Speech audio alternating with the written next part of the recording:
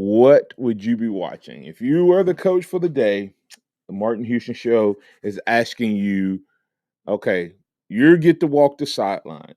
It's been summer camp, fall camp, you know, and you have one final scrimmage before the big game, and you have to set your depth chart. What would you be watching, or what would be your biggest concern, or who would you be watching? That's several different questions there. Who would you be watching and why? Uh, what's your biggest concern and why? Um, or what would you be? What would your emphasis be on uh, and why? So you're the coach for the day, and then we'll move around the targets from there. As we move throughout the program. So, Joe, I guess I'll come to you in just a moment to give you a chance to think about that, and we'll toss up our answers as well. We also got some audio from Nick Saban and what he's had to say, and kind of what he's worried about and concerned about. So, we'll bring that into the conversation as well. But before we do that, just reminding you to go out and be a difference maker today, recognizing that every day that we get and have is a chance to be a difference maker, and that God has blessed us with yet another day that He has made. So go out and be that difference you want to see in the world today. Find someone to serve, find someone to love, and sometimes it just takes noticing someone. So you can be a All-American in that. So go out and do that today. Good morning, Joe. How you doing, sir? Well, Martin, we're happy to be here. It's Friday, so we're on the precipice of a Friday night football and a weekend ahead of us, and I'm doing great. Yeah. Well, I said the question, what would you be worried about? Um, and a lot of times we've talked about a lot of things, and I do want to get to that. But as I was preparing to ask that question, um, I it made me think about something that we've not talked about at all, really worried about at all this fall camp, and that's our kicking game. I mean, we it's been a while since we really not had a lot of concern over our punter nor our kicker. In the same year, we've had times where we didn't worry about the punter and times when we didn't worry about the kicker. But it's been a while since we've had both. Um, so much so that this year, Nick Saban was asked about our perceived punter, um, Joe, our Australian soccer style, rugby style kicker. Uh, I don't know if the audience has had a chance. Let's if you can pull that audio up. Let's start off with that. The two areas that Alabama's not worried about, and that you probably not spending too much time on if you're preparing for Week 1, is possibly the special teams game. But let's see what Coach Nick Saban had to say about our punter. Well, we basically have him, going over with the rugby team every day so he can play rugby and feel more comfortable, doing that. Since we're so worried about him playing football, um, and so he's doing really well with the rugby part of it. So we'll see how that goes. But um, he's made a lot of improvement and a lot of progress in terms of feeling comfortable, and he does have a variety of ways that he can punt the ball, and he's pretty effective at it. Joe, when you heard that initially, um, did you realize? I was like, is he serious? Is is he joking? Of course, Nick Saban having a little fun with the reporter who asked that question. But Joe, see if you know what happened to the kid from Troy. Jack Morton is still on the roster. Yeah. I think he hasn't been asked about it in press conferences, probably because he's a little less intriguing than a player from halfway around the world. But yeah, answer your question, Martin. As he was delivering his response on Wednesday night, I was like, wait a second, is he kidding? Yeah. And like halfway through his answer, he couldn't hold back the smirk behind his words anymore. I was like, oh, he's kidding. And Yeah. I started cracking up. And Josh Maxson, the SID, who was kind of controlling the Zoom press conference, He lost it. he couldn't contain himself. He was laughing his butt off, asking for the next question. Yeah, he really lost it. I mean, I was not watching it live, James. Joe, I was driving um when it happened. And so I'm like, is Saban? I said, this has to be a joke. And but he went and he transitioned from it to answer the question like he wasn't joking. So just imagine if you couldn't see the smirk on his face and you were wondering, and I was like, and of course, as you said, Maxon was trying to finish up the press conference, and he was still laughing. And like anybody else got a question. So anyway, I thought that was pretty funny, but I do find it intriguing as we encourage you. Tell me, you're the coach for a day. What are you watching, or who are you watching? What position group? What area? What concerns you? You need to get your team ready to win a national championship, but it starts with Miami, and you have one more scrimmage to get that right. What are you focusing on in tomorrow's big scrimmage? Want to give you time to think about that. If you have an answer or response, type it in on chat or give us a call at 205-342-9904. But Joe, uh, the kid, once again, I apologize, guys. COVID brain. I cannot remember names. And I apologize, and I keep saying that, but it's. I mean, I'm blaming it on COVID. It may be just that I'm 51 and have a million names in my head. But the kid from Troy, what's his name again, Joe? Jack Martin. I should be able to remember that. His last name is Martin, so maybe I'll remember it moving forward. But he was a kid that was big time punter for in Sunbelt, really a national guy in terms of we felt really good about getting him.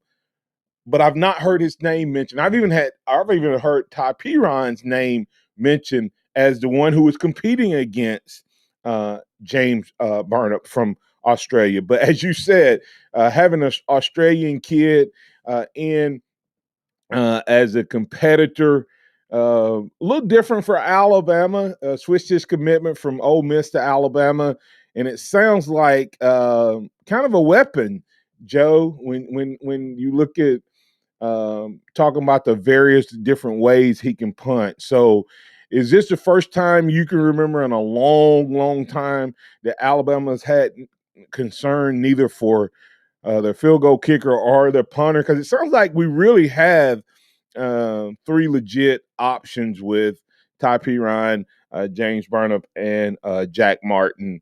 And from the press conference, it sounds like Burnap is the guy, but we don't know that to be the case.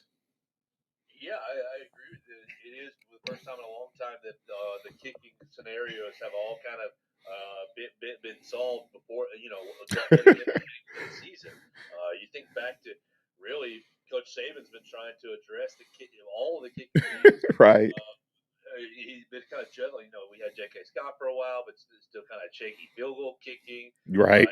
He ended up trying to get Eddie Pinheiro, and then he flipped and went to Florida. So, Yep. you look at Will Reichert. I feel really good about where he is and what he brings to the table. And you look at Ty Pirine, Jack Martin, and James Burnip, and it sounds like Coach Saban has some confidence in what's coming out of that group, depending on who earns that job.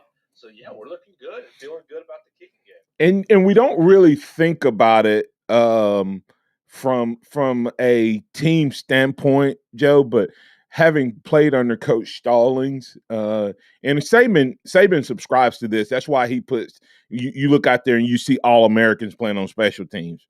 Coach Stallings used to beat into our head. Special teams is 1/3 of the game. Not 1/3 of the action, but 1/3 of the game is special teams. So he made such an emphasis on that. But think about this, Joe. If we have a great defense, if defense is really, really good, and then we have the ability to, at the end of a drive, to punt people deep by a guy who can kick it a long way, okay, who has a large net average, or we have a guy and we're in that never land of, it's going to be a 57, 58-yard field goal, but you need the guy to coffin corner kick it or pin them deep. And then make that team have to drive 90, 95 yards. And then you take the rugby style kick where you go into a game where they have their version of a Jalen Waddle, and you need to keep it away from that guy so that he can't get good returns. Because one of the plays to me that will ignite a team as fast as anything on the field is a great punt return. To me, a great punt return is sort of like the slam dunk in basketball. It gets the crowd going, it gets them revved up. And if you have a rugby style kicker that can do that, and you can do all of that with one guy, he becomes a weapon. And then you add Riker to the end of that, so he becomes an extension of our defense. Then you add Riker in, who didn't miss a field goal, didn't miss a kick last year. If you're in his range, you're adding points. I mean, so you can be more aggressive when it's third and 6 or 7, and you're in question rank. You can be more aggressive because if you don't get it, you feel like you have a kicker who's going to score. So the kicking game may actually be as important a part of this team, being able to be successful and do the things you want to see: a high scoring offense and an elite defense. Our kicker and punter may go a long way towards making that happen. Now the question is, how will we use our kickoff specialists this year? Saban doesn't always. A lot of people, Joe, when we were growing up, what did you want to do with the kickoff? You wanted to kick it to the end zone, right? Nick Saban, now he likes the coffin corner kick on kickoff, and because he can pin a guy, pin people deep, and if he has the right coverage. So it'll be interesting to see how that all works out as well. Any comments on that before we get to break? Well, yeah, I think it's just a huge weapon in the kicking game. When your kicking game is on point, and you only really notice it if the kicking game is not on point when it's messing up. Ideally they can go unnoticed by the masses, and we can all celebrate them celebrate success in the kicking game. Yeah, great point. Hopefully, we don't talk about them a whole lot this off season. I mean, during this season, like we haven't had to talk much about them this off season, because that means that they're doing their job and doing it well. If we have to talk too much about kickers, it's probably because they're missing or shanking or not doing what they're supposed to. Coming back on the other side, we're going to continue right here on the Martin Houston Show with You're the Coach for a Day.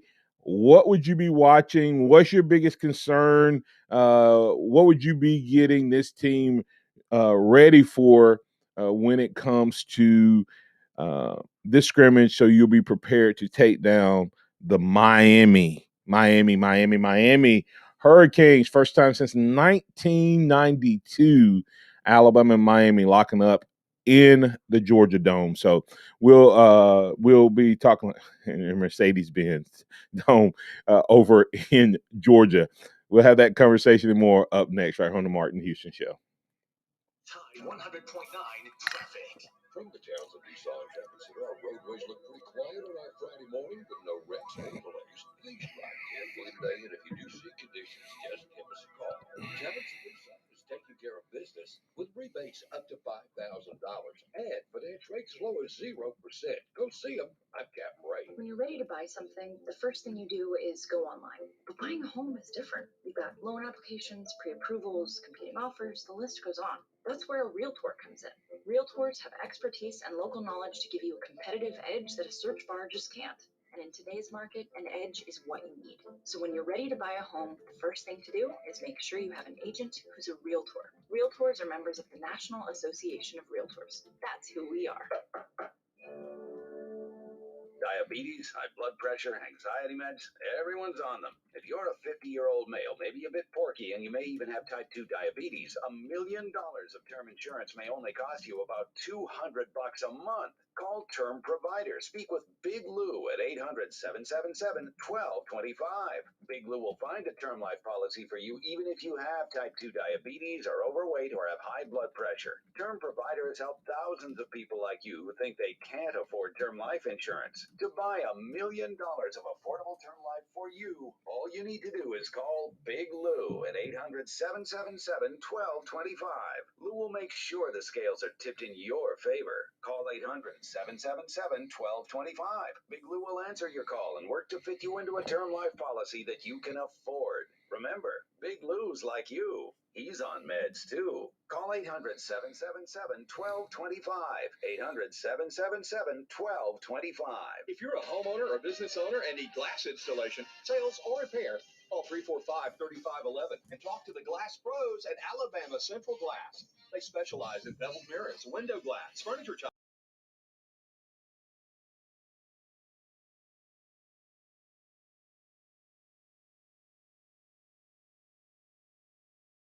345-3511 or visit the Alabama Central Glass showroom at 3878 Greensboro Avenue, Tuscaloosa. Tide 100.9 Tuscaloosa weather. Sky partially sunny today. A few spots could see a passing shower or a thunderstorm this afternoon or early tonight. The high today 90, tonight's low 72. Tomorrow a mix of sun and clouds with a chance of scattered showers or storms by afternoon. The high 89. I'm James Spann on the ABC 3340 Weather Center on Tide 100.9.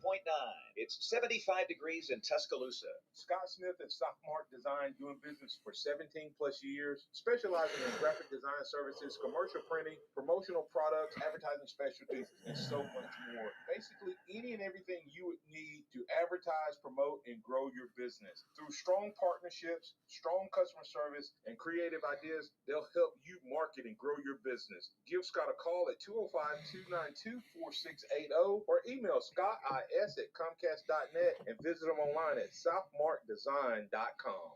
Interact with the Martin Houston Show by calling us at 205-342-9904 or tuning into the Martin Houston Show on Facebook.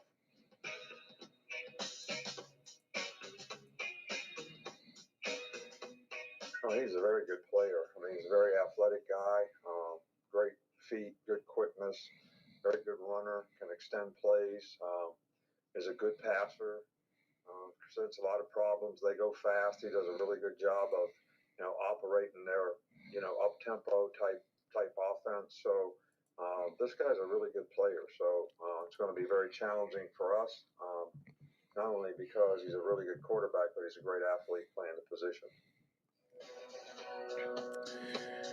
Welcome back into the Martin Houston Show. And remember, we're able to do this each week because great folks like Southmark Design. You heard them mention in the break, Southmark Design, the official outfitter of the Martin Houston. Go check them out online at southmarkdesign.com. Great option for all of your promotional gear, from T-shirt printing to caps to trinkets to drinkware. Banners, and so much more. That's Southmark Design, the official outfitter of the Martin Houston Show. All right, that was Coach Saban talking about De'Aaron King, and we're asking you the question. You're the coach for a day. What is your biggest concern? What would you be focused on? What position group keeps you up at night, etc.? Maybe one and the same answer as you think about that. Curtis Lewis sent us a message in chat saying, I would be watching my starting offensive line. And of course, he went ahead and named that starting offensive line. Evan Neal, Emil Ekiyor, Darren Dalcourt, Javon Cohen, and J.C. Latham, and how they perform. All right. Joe, just in his response, he just named two guys that have not been named as starters. But what do you think? Does Dalcourt push the 6-year senior Chris Owens out of the lineup? And does J.C. Latham end up starting on that at that right tackle in the place of Kendall Randolph? Well, Martin, if I was coach for the day, I think that this would be my area of focus. So we're talking J.C. Latham, we're talking Darren Dalcourt, and it seems like, and I'm sure you've heard the reports that Chris Owens has been struggling Mm-hmm. snapping the football over Bryce Young's head, and that has opened the door for Darren Dalcourt to find his way into that center position. And really, if you can if you can snap the football, that's step number one. You got an edge. You got an edge over your competition if you can snap the football. Yesterday, Ekior was talking about J.C. Latham and basically gave him kind of rave reviews. So I'm excited to see what he ends up having for this Crimson Tide team. 5-star recruit. I think that maybe he's benefiting from Kendall Randolph being injured. I'm not sure that Kendall Randolph has done anything to provide to kind of shake Nick Saban's confidence in him, but due to having a sprained ankle over the last week and change, you got to turn to somebody else. So J.C. Latham becomes that guy, and I'm excited for this offensive line. But I do think that the offensive line is the area where it's going to determine the fate of the whole offense. If the offensive line is in shambles or is unable to get things going through the year, then Bryce Young's going to have a long year. And these running backs we've talked about and gotten excited for, they're going to have a long year. So it really all starts with the Alabama offensive line. I'm pretty confident in the defense and in the skill positions. Yeah. Really. Because when it comes to skill positions, these guys have been playing football all their lives. The offensive line's a little different. 5 fingers become a fist. You kind of have to merge into one unit. So that would be my area if I'm coaching for a day. But I do have confidence that Coach Saban and Coach Marone and Coach O'Brien will get the offensive line sorted out and get them firing on all cylinders. Yeah, it's kind of funny. You can have more questions about Coach of the Day, but the three I specifically asked: what's your biggest concern? What would you focus on? And what's your position group, or what position group keeps you up at night? I think you can find an answer in the O line for all three of those, and that's right. When you look at those 5 guys, Owen, of course, the last time we saw them run out, Owen was a starter. Of course, we did see Latham get some reps. Tommy Brown was playing for Ekior, but we know Ekior will be the starter if he's healthy. So the first big concern would be the O-line for a couple reasons. One is because they have not played together at this point. In your analysis of 5 fingers become one fist, I don't think we have any 5 fingers at this point that have become a fist. So there's some inconsistency, and so we've heard Nick Saban reference that inconsistency. But get back to that offensive line with Neal, Ekior, Dalcourt, Cohen, and Latham. That would be a pretty formidable group. But breaking down Dalcourt is a guy that I have been high on since he stepped on campus. And to me, Joe, I think you'll understand what I said. You've heard me say it about Landon Dickerson. He's old school nasty, meaning he just has that little bit of that mean streak in him that I don't know that this offensive line has without a Darren Dalcourt. And so the competition has ramped up because Owens all of a sudden started snapping it over the head. So my question, Joe, is did he start snapping over the head because the competition was ramping up? You see what I'm saying? Like there's a difference when Landon Dickerson was on the field. Alabama's offensive line had a different attitude. You look at how he made, to me, he was a guy who took the guys who were the entire unit higher, but the guys who were right next to him became nasty as well. We don't have any of that. Even as good as Evan Neal is, he's not that type of guy. Don't know about Cohen because hadn't seen him play that much. Um, Ekior, I think, can be that type of guy. I don't think you're going to get that from Latham in terms that he's a young guy. If Randolph is in there, I don't think you're going to get it. And I know Owens doesn't seem to bring that, but Dalcourt is a guy who can bring that old school nasty. And if you're going to run the ball when you want to run the ball and be balanced, you got to have a little bit of that in there. And so that may be the other part about Dalcourt. As far as Latham and Randolph is concerned, I think Randolph, if healthy, will be the starter for game one. We on Alabama Tradition, we were talking with William Barger, Joe, and he said when you see, I was talking about J.C. Latham, and he said he's Purdy, and everybody that knows that Purdy spelled Purty, meaning that he looked like he walked off the bus and was ready to play. And I asked him a question: why we heard so much about J.C. Latham versus Tommy Brockermeyer when they were rated the same, and in some cases, Brockermeyer was rated higher. And he said that Latham stepped off the bus ready to play. Had good feet, had good bend in his knees, good bend in his waist, and Barger referenced something called. He said he has to learn to bend in the knees and not in the back. And when he's blocking, and Brockermeyer did not have that, and he had to get stronger. But he said he's not saying that Latham is as good as Kendall today, but the ceiling and the upside that will manifest itself potentially throughout this season is there. So the question becomes, are we good enough, Joe, to beat Miami with Latham, who may not be playing quite as well as Randolph as a whole? Or is that what Saban meant by Randolph is key to the development, that he's going to allow them to take a couple games, and maybe by Florida, Latham is the guy at right tackle? Any comments on that? And I'm going to circle back to the Eric King thing.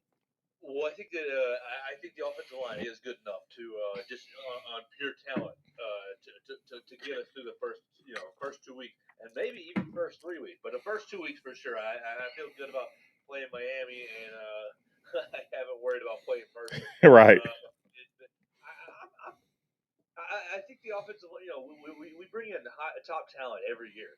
So it's really just a matter of Doug Marrone getting them all to understand the system, and so if we'll find out once we play Florida how well they have kind of gelled into one unit. And if they haven't gelled by then, you might want to wonder about Doug Marrone and his ability to coach the offensive line. But I'm not concerned about that, considering his pedigree and his history coaching the offensive line. I think that we'll be settled in and ready to go once we head down to Gainesville. And I agree. I think Marrone is a good coach. I think his track record says that. I think that, and once again, not being able to go, you have to depend on inside sources. And William Barger is a guy that has great sources, and he said that this offensive line has had more injuries than all the other positions. So it's the one unit that probably needs each other, Joe, more than any others, to be there, to be practicing. But William, this was a cautionary concern. He said that, and that kind of leads to what keeps you up at night is will we have our 5 tomorrow? Will we go into tomorrow with a idea of who our best 5 are, and will we come out of tomorrow with the best 5? Because it takes time for an offensive line to gel and for that chemistry to work itself out. And we're pretty deep into camp, and I don't know that we're there yet. So as a coach, that would probably be number one on my concern list because I can have the best quarterback in the world, but if he can't stand in the pocket with confidence, then he becomes average. If I have the best wide receivers in the world and they don't have time to get in and out of their breaks and their routes, it doesn't matter if that offensive line is not working. And I can have the best running back in the country if there's no hole or no chance for them to get into open field. It doesn't matter. So no matter how much football changes, no matter how explosive offensives get, no matter how many Heisman trophies the skill guys get, football has been, is now, and will forever be starting in the trenches. And with because of that, I concur with both Curtis Lewis and with Joe Gaither that I would be spending some time with the offensive line. But what else would keep me up at night? What else would I be concerned with if I was getting ready to play this team? A couple more positions and thoughts coming up on that. I'll read and add your comments into the conversation. So make sure you add them in. Robert, hold on to the other side. We'll get you in the conversation as well. 205-342-9904. Tide 100.9 traffic. From the Townsend Nissan Traffic Center, our roadways look pretty quiet on our Friday morning, but no wrecks or delays. Please drive carefully today, and if you do see conditions, just give us a call. Townsend Nissan is taking care of business with rebates up to $5,000 and finance rates as low as 0%. Go see them. I'm Captain Ray. Hello, this is Martin Houston with the Martin Houston Show, and I want to tell you about one of our great sponsors, Overflow Express Wash. Their mission is to provide great customer service with a showroom clean car and an exceptional customer service experience. They have the basic car wash that starts at $7, but you need to check out the premium wash packages, which start as low as $12 and go up to $20. They also have a membership wash club that you can get for starting at $23.99, going up to $39.99. In other words, just double the regular premium package, drop a penny, and you can be one of the great members of Overflow Express Wash. My family and I keep our cars looking good inside and out by using Overflow Express Wash. They're located on Skyland Boulevard right next door to Alabama 1, or you can find them online at overflowexpresswash.com. Andy Phillips and his team look forward to making you a part of their team. This is a national healthcare alert from the 24/7 Diabetic Health Hotline. If you, a family member, or a loved one has diabetes, listen closely. Now, regardless of your age, if you have insurance, you may qualify to receive diabetic testing supplies with little to no out-of-pocket cost. Get free delivery, free information, and all the paperwork is handled by our accredited suppliers for free. Call the 24/7 Diabetic Health Hotline now for details. Toll free at this number. But wait, there's more. If you call right now, you could get a meter upgrade. In addition, we'll give you a free pair of diabetic socks as our special gift to you. Regardless of your age, if you suffer with diabetes and have insurance, you may qualify to get free delivery of your supplies. 800-441-0419, 800-441-0419, 800-441-0419. That's 800-441-0419. Nick Saban calls it the process. John Maxwell said that everything rises and falls on it. And Coach Wooden said it's what you learn after you think you know it all that makes the difference. What am I talking about? Leadership and personal development. Is your organization, your school, your church, your family, are they receiving the proper level of leadership development and personal development? If not, the Empowerment Center for Leadership and Mentoring can help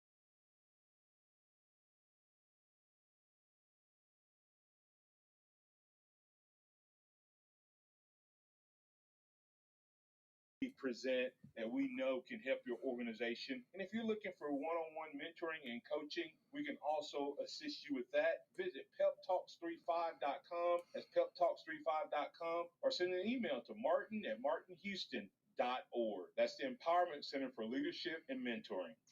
Welcome back to the Martin Houston Show, the sound of Bama sports. Your show, your team. On your home for Alabama sports, Tide 100.9 and streaming on the Tide 100.9 app.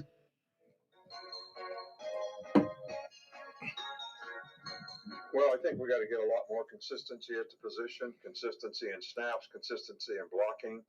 We do have competition at the position, no doubt about that. And, both guys are making progress, and both guys are competing. Both guys been a little banged up at times, so there hasn't been that, consistency that we'd like to see in terms of them being able to go out there every day and do what they got to do. But,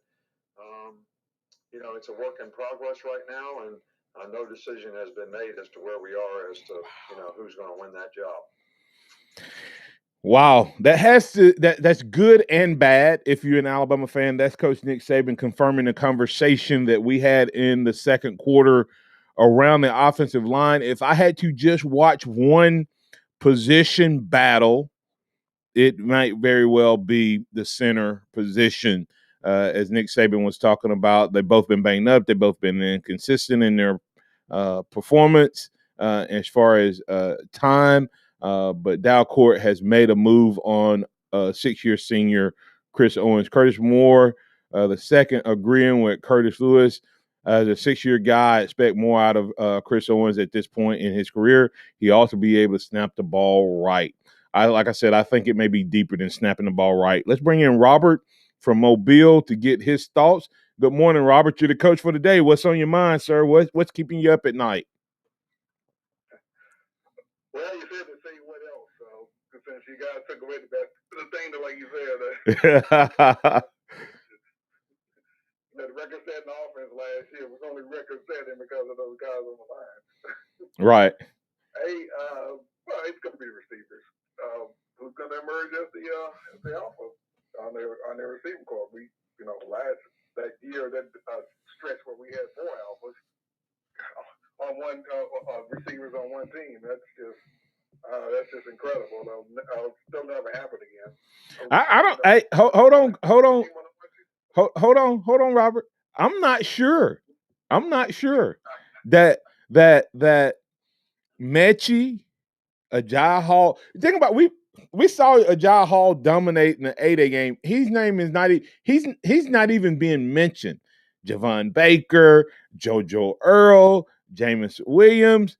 I mean, I'm telling you, and that's not mentioning Holden and Ja'Cory Brooks and of course, I mean, there's a lot of talent.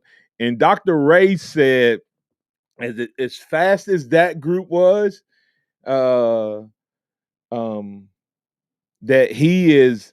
this group is, from a speed standpoint, this group is more explosive. And they had, Ruggs in that group that kind of took them over the top. But I'm not gonna. I'm gonna hold off and say we won't ever see it again. It's gonna be tough, but I think there's as much or more talent as far as this entire group than we had with those 4 guys. Now those 4 guys are really tough, but we have probably 8 guys that can play. Well, not so much. With the 4 we're talking about here, that they were all not just speed, but they have route running, the sense of the intelligence of the game as far as on the college level, right? And the fearlessness to catch ball. Yeah. That makes that's what, because you can be as fast as you want to be. How many times we saw really fast guys? Well, yeah, but when you see that linebacker, that kind of gives you turtle arms or whatever. Yeah, gator arms. The gator arms. Right. But those will make those guys, all 4 just alphas. Yeah. At the same time. That's the yeah. thing too.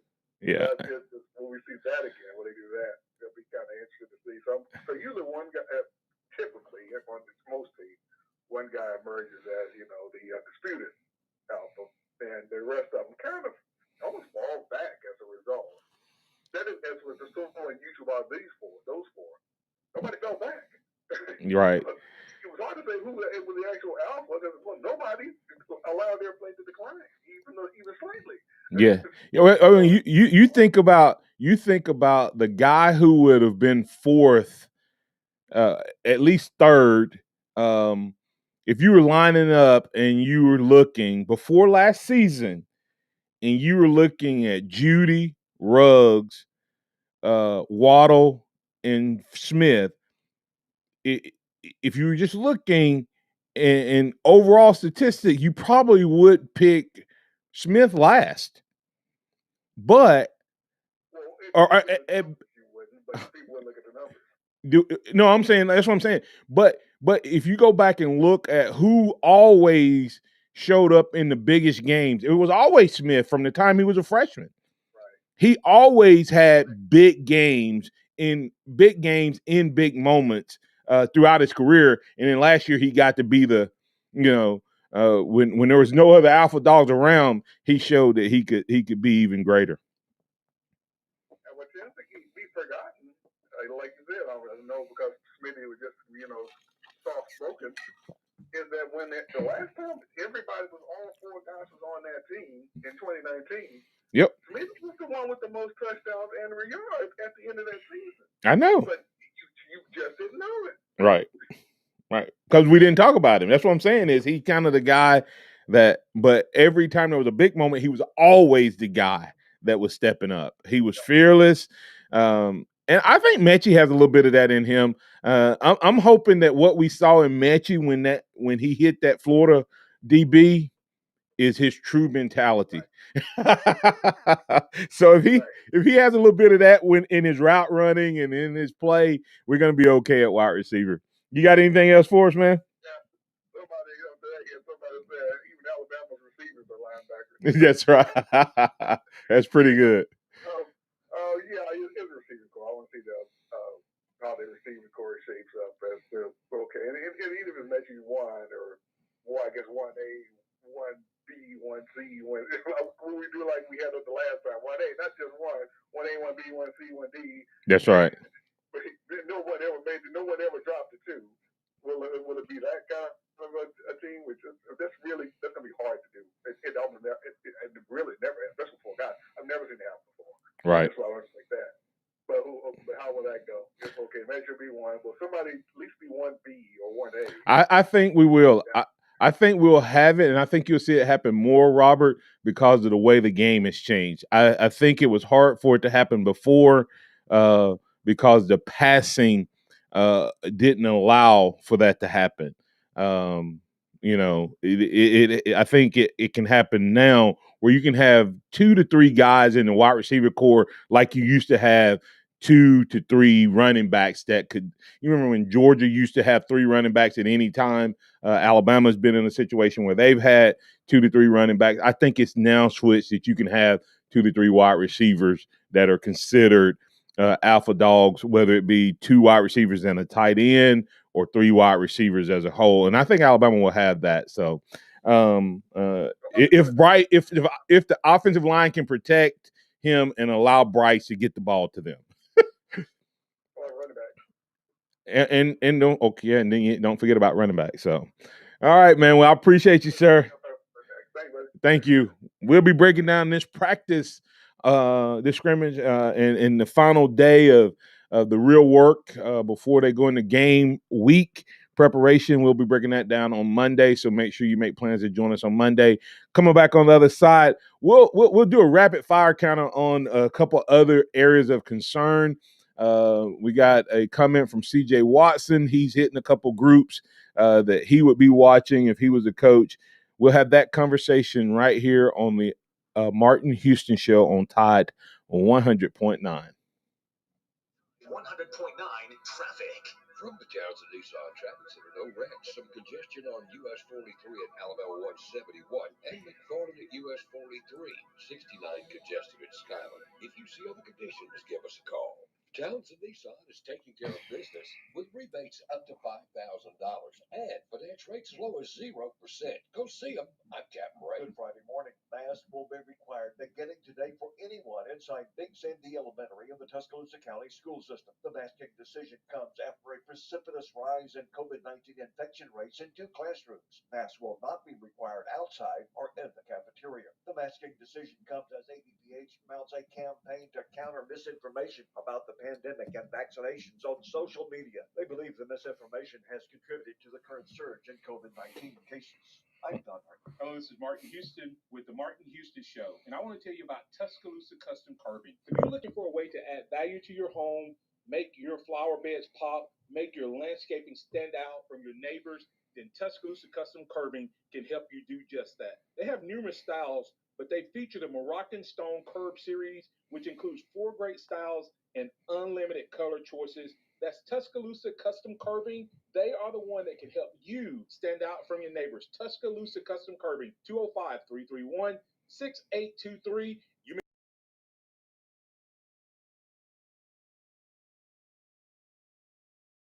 Tuscaloosa Custom Curbing.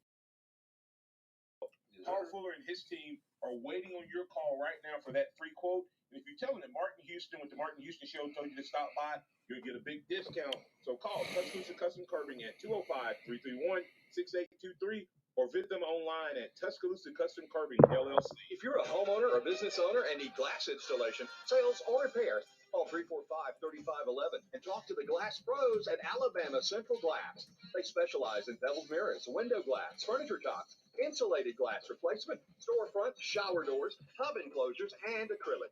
Alabama Central Glass also has vinyl windows, and they offer residential window repair. Call 345-3511 or visit the Alabama Central Glass showroom at 3878 Greensboro Avenue, Tuscaloosa. Don't miss a play at the Sportsbook at Pearl River Resort. Your front row seat to all the action. Place bets on all professional and most college sports at the counter, kiosk, or on your phone. Then catch the game on one of our 20 big screens from the comfort of the newly remodeled Timeout Lounge. Plus, the PRR Sports app gives you access to live, in-play sports betting. Sportsbook at Pearl River Resort. Be more than a fan. Be a player. Must be 21. The sound of Bama sports. Your show, your team. The Martin Houston Show on your home for Alabama sports. Tide 100.9 and streaming on the Tide 100.9 app.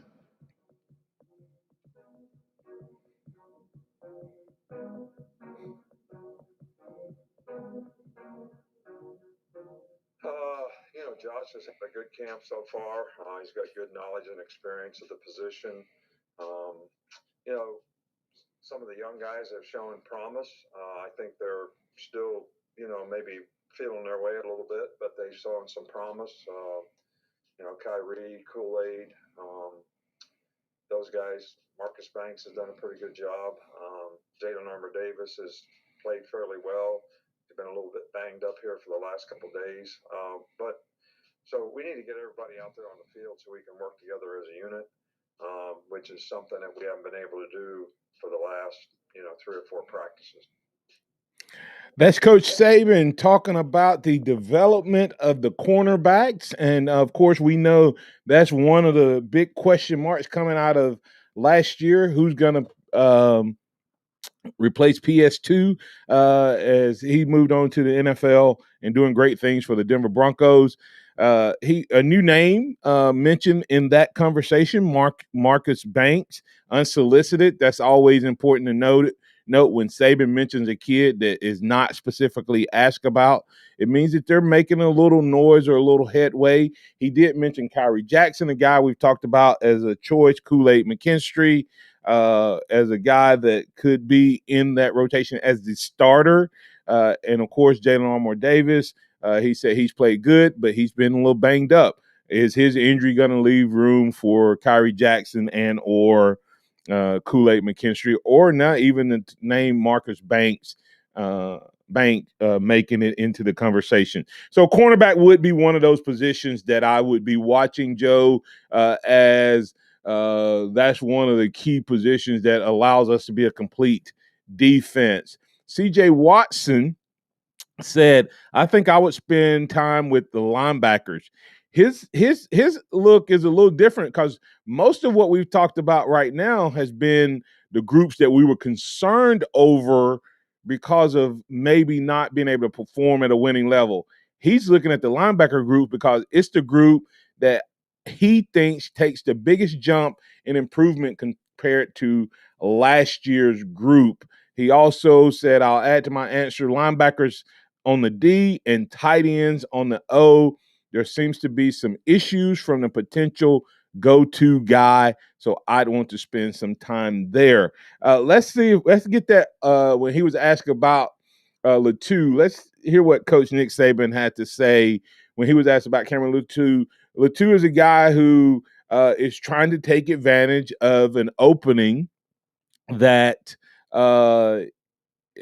is left by Billingsley not necessarily being all in. And so, as Coach Saban, as you're going into this final scrimmage, are you concerned that Billingsley has not bought in yet? And would you be looking for his complete buy-in throughout this week and to see his performance be consistent? Or are you comfortable with the other guys? Here's Coach Saban talking about Cameron Latu. Guys are making progress, and young guys I think this is harder. Some guys have more maturity than others, but everybody's making progress. We just got to get, the focus has to be on a standard where you get more consistency and performance, and that's for every player on the team. So, Joe, what did that mean when he was asked how's Cameron Latu doing? What did you take away from that? Well,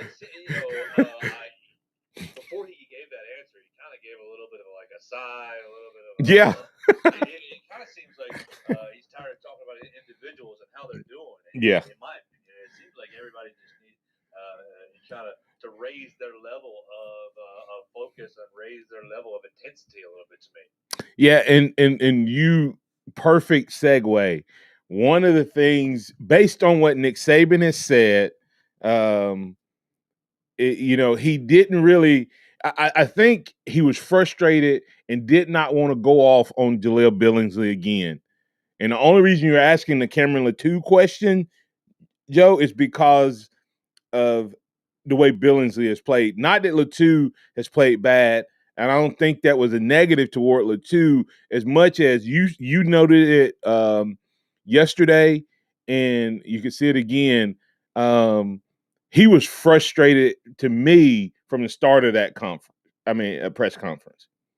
And it seemed like that just exacerbated him even more. Like, why are you asking me about this guy? You know that he's not the guy I want to be the starter, but they're all developing. I was like, so what is he trying to say? And there's one thing that I think Nick Saban, and this is probably more so on the offensive side of the ball, one word.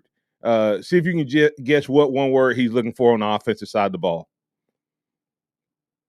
What you got? Focus. What? Another way of saying I think focus delivers. He hasn't said he's looking for consistency. He said that we have played inconsistent around Bryce Young, right? So it sounds like one guy has played really consistent all summer, all fall camp, and now he's looking for that consistency, and focus would bring that about. So Nick Saban, as the coach, will be looking for consistency of performance from all of his players. One other place I would look to would be to the linebacker group, especially those outside rushers, because of the quarterback at the Miami Hurricanes. He'll be looking to stop him. So I would want to see how well the guys go into playing and containing the rush. Especially, I will be watching, Joe, how they play when Jalen Milroe is in the game, because he gives you a little bit of that De'Aaron King type of player where he's a good quarterback, but also potentially the best athlete on the field. A lot to look at. We'll talk about it on Monday. You have a great weekend. I want to invite you to tune in Harvest Church this Sunday. We'll be live on Facebook, so you're welcome to tune in. We will not be having services in person, but you're welcome to tune in at Harvest Church live, and we'd love to have you. I'm Martin Houston. That's Joe Gaither. Thanks to all the callers, listeners, chatters, and viewers.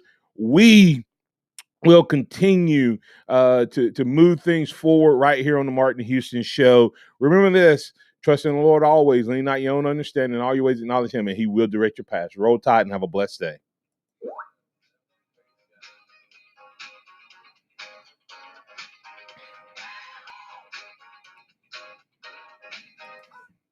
Thank you for listening to the Martin Houston Show on your home for Alabama sports. Tide 100.9 and streaming on the Tide 100.9 app.